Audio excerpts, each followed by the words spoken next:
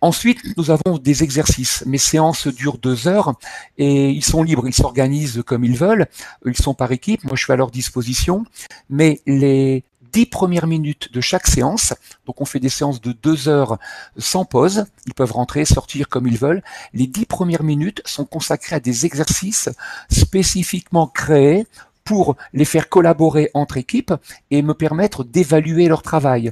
Donc vous voyez ici par exemple l'exercice des tableaux tournants. On demande à chaque équipe de répondre à des questions, toujours axées sur des fondamentaux. Tout à l'heure j'ai dit qu'on n'avait pas le temps de présenter tout le cours à l'oral. On présente à l'oral et on travaille sous forme de tableau les axes majeurs du cours, sachant que pour les points moins importants ou les détails, les étudiants ont accès au cours qu'ils produisent, mais ils ont aussi accès aux ressources numériques qu'on leur met à disposition. Donc ici, dans l'exemple des tableaux tournants, je peux poser des questions fondamentales à des groupes d'élèves. Ils peuvent faire des rotations, toutes les 3 ou 4 minutes, compléter les travaux des autres, et ensuite, on peut choisir l'un des tableaux seulement. Donc j'ai 8 équipes. On peut choisir de ne décrire que l'un des 8 tableaux, celui où il y a le plus d'informations intéressantes. C'est souvent l'équipe qui va récolter le plus de points. Et puis les autres tableaux servent à compléter. À la fin du cours, quand les élèves sortent de la salle, moi je fais des photographies de ces tableaux, eux-mêmes aussi les photographies, et je mets des notes en points et en notes. Je vais vous montrer un peu le système que j'utilise.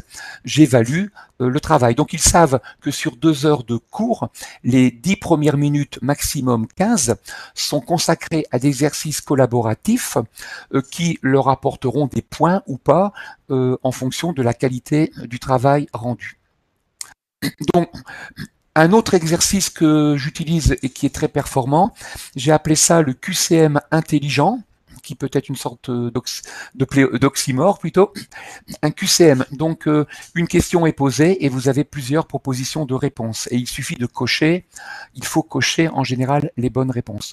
Donc au lieu que ce soit le prof qui propose et qui construise des QCM, ce que je fais habituellement en médecine, donc ça j'ai l'habitude de construire des QCM, eh bien je propose à mes étudiants par équipe de construire eux-mêmes les QCM. Donc ça se passe en début de cours, par exemple, chaque équipe de 6 élèves a 5 minutes pour construire une question scientifique avec 5 propositions de réponses pour lesquelles je demande qu'au moins 2 propositions soient vraies. C'est pour éviter les questions très simples du genre quelle est la taille, quelle est la longueur d'une bactérie, et il y a 5 propositions et on sait qu'il n'y en a qu'une qui est bonne et les autres sont fausses. Donc je leur propose de construire des QCM un peu plus sophistiqués où au moins 2 réponses sont bonnes, mais ça peut être 3, 4, voire 5. En 5 minutes, les élèves construisent des questions en lien avec leur chapitre. Et au bout de 5 minutes, chaque équipe transfère son QCM à l'équipe d'à côté et la deuxième équipe doit répondre au QCM de la première. Et ce QCM est dit intelligent parce qu'il faut repérer les bonnes réponses et les entourer, mais en même temps, il faut expliquer pourquoi les autres sont fausses. Donc on ne peut pas avoir de points par le hasard. Donc chaque équipe doit répondre au QCM fabriqué par une autre équipe en 5 minutes. Les élèves sont connectés, ils peuvent très bien aller chercher des informations où ils veulent. Ils doivent justifier les bonnes réponses et expliquer pourquoi les autres sont fausses. 5 minutes pour produire des questions, 5 minutes pour y répondre. Et ensuite, la deuxième rotation, chaque équipe transfère son QCM à une autre équipe qui découvre à la fois les réponses et les questions et qui doit corriger. Et donc là, il y a 2-3 minutes pour corriger, avec un barème assez simple. Quand une bonne réponse est repérée, c'est 1 point. Et si une mauvaise réponse est repérée, c'est 1 point à condition qu'elle soit justifiée. Si elle est très peu justifiée, c'est un demi-point.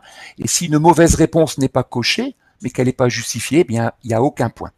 Donc, une équipe, en fait, l'exercice dure 15 minutes, il est très performant. Chaque équipe produit une question, répond à la question d'un autre groupe et corrige les réponses d'un autre groupe aux questions faites par un autre. Et ensuite, les les évaluations, les points, eh bien, sont vérifiés par l'équipe de départ. Donc en un quart d'heure, par exemple, pour vous donner une idée, en 15 minutes, j'ai 8 équipes qui me construisent 8 questions fondamentales avec 40 propositions de solutions. Et cette production, eh bien, m'est utile pour l'examen. J'utilise ces questions pour le contrôle continu et pour l'examen. Alors, j'ai des collègues qui se demandent quel peut être l'intérêt de demander à des élèves de produire des QCM. Eh bien, quand vous demandez à des étudiants de poser des questions, d'écrire des barèmes, eh bien, ils vont vous répondre que c'est compliqué parce qu'il faut connaître le cours. Donc, pour un élève, c'est compliqué d'écrire des questions, de monter des barèmes. Bon, là, quand c'est un QCM, il n'y a pas de barème, mais on fait ce même genre d'exercice avec des crocs, des questions à réponse limitée. Eh bien, construire une question de 2 ou 3 points, monter un barème et corriger, eh bien, les étudiants répondent, c'est compliqué parce qu'il faut connaître le cours. Et là, ils découvrent un peu que la conception de la question va leur permettre de comprendre le cours. Donc, cet exercice qui est noté, donc moi, je ne note pas le niveau des réponses. Par contre, je récupère toutes les questions et je vais noter la pertinence des questions. Donc, les étudiants savent que plus leur question est pertinente, scientifique et bien construite, plus ils vont rapporter de points à leur équipe. Mais c'est par la construction des questions que l'on permet de mettre le doigt sur des points importants du chapitre qui vont être plus travaillés par les équipes. Voilà, le QCM intelligent. Et puis il y a aussi le QCM inversé. Là, j'en ai pas parlé, mais vous le voyez un peu aussi illustré. Les étudiants construisent des questions pour le professeur répond aux questions et les élèves doivent noter le professeur. Et là, je peux vous dire que le professeur ne se prive pas de répondre parfois avec des fausses réponses pour voir si les élèves repèrent les réponses qui éventuellement sont rendues sciemment de manière fausse. Alors, les étudiants construisent des chapitres, ils construisent des questions, on travaille en collaboratif. Moi, je leur mets des évaluations sur la qualité, la quantité. J'évalue aussi des compétences. Exemple, un étudiant qui aide un autre, par exemple le respect des livrables. Est-ce que, par exemple, quand je leur pose des questions par mailing, eh bien, ils me répondent en temps et en heure par groupe par rapport à cette question. Donc, il y a beaucoup de façons pour moi de les noter autrement que par la vérification de leur niveau de connaissance. En général, je m'aperçois que depuis 6 ans, à peu près 7, mon évaluation porte à 2 tiers sur les connaissances et 1 tiers sur les compétences. Vous voyez ici des étudiants autour de calculatrices ou d'écrans avec des pourcentages. Eh bien, ils vont évaluer les chapitres des autres, mais ils ne vont pas évaluer la qualité. Ils vont évaluer le niveau de compréhension. Donc, ce qui est demandé aux étudiants, c'est d'écrire des chapitres compréhensibles par les autres équipes. Donc, les étudiants qui ne comprennent pas ce qu'un autre groupe a écrit vont surligner sur la plateforme, et puis ça permettra aux étudiants qui ont écrit le chapitre de corriger ce qui n'est pas compris par les autres. Et moi, il y a un pourcentage que j'utilise qui m'aide beaucoup, c'est le pourcentage de compréhension. Exemple, si l'équipe 1 me dit qu'elle a compris 50% du chapitre 2, eh bien l'équipe 2 sait qu'elle a un travail à faire supplémentaire pour augmenter ce pourcentage. Si par exemple j'ai un chapitre qui est plus facile à comprendre et que les autres équipes me disent qu'elles ont compris plus de 80 ou 90% du chapitre, on s'embête pas trop à peaufiner ce chapitre et on pousse un peu les énergies des étudiants vers d'autres parties du cours. Autrement dit, cette façon d'évaluer le niveau de compréhension des chapitres me sert à pousser une équipe dans une direction ou une autre pour avancer dans la rédaction d'un chapitre. On avait aussi testé une méthode de vote que vous voyez illustrée sur ce dessin, que j'ai abandonné, je ne l'ai testé que la première année. C'était de demander à chaque équipe un vote pondéré. Donc chaque élève avait 5 points. Et on avait mis en place un document Excel dans un Google Drive.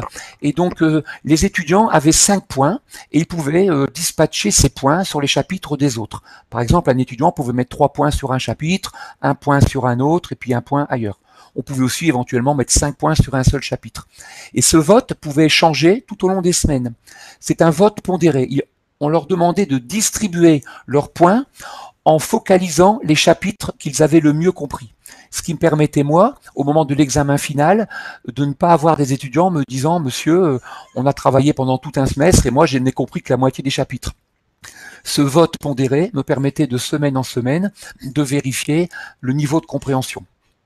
Ça a super bien marché. Et pourquoi on a arrêté cette méthode? Parce qu'en fait, le top 5 des chapitres les mieux compris, et puis le flop 3, on va dire, des chapitres les plus compliqués, le vote ne m'a pas apporté plus d'informations que celles que j'avais en lisant leurs chapitres. Donc c'était un système très performant pour vérifier le niveau de compréhension des élèves, qu'ils s'auto-évaluaient leurs chapitres ou ils pouvaient évaluer les chapitres des autres.